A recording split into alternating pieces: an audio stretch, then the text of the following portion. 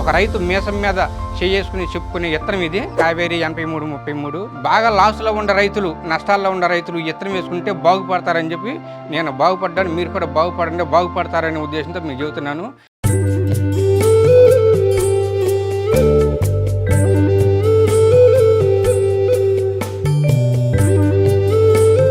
నా పేరు రంగా వెంకటేశ్వరరావు. మాది గుంటూరు జిల్లా కొల్లిపార మండలం. 3 సంవత్సరాల నుంచి కావేరీ సీడ్స్ వాళ్ళది 8333 విత్తనం వేస్తున్నాను. మొలక బ్రహ్మాండంగా వస్తుంది. బొండు బాగా సన్నగా ఉంటుంది. దిగుబడి బాగా వస్తుంది. 50 క్వింటాలకు అయితే తగ్గటం లేదు.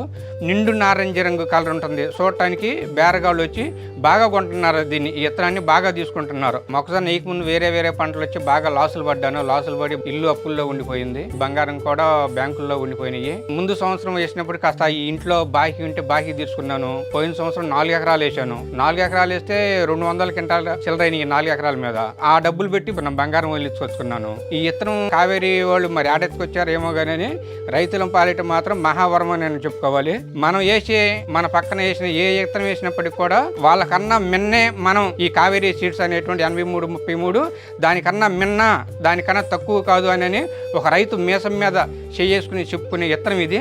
బాగా లాస్లో ఉన్న రైతులు, నష్టాల్లో ఉన్న రైతులు ఇత్తనం వేసుకుంటే బాగుపడతారని చెప్పి నేను బాగుపడ్డాను. మీరు కూడా బాగుపడతారనే ఉద్దేశంతో మీకు చెబుతున్నాను.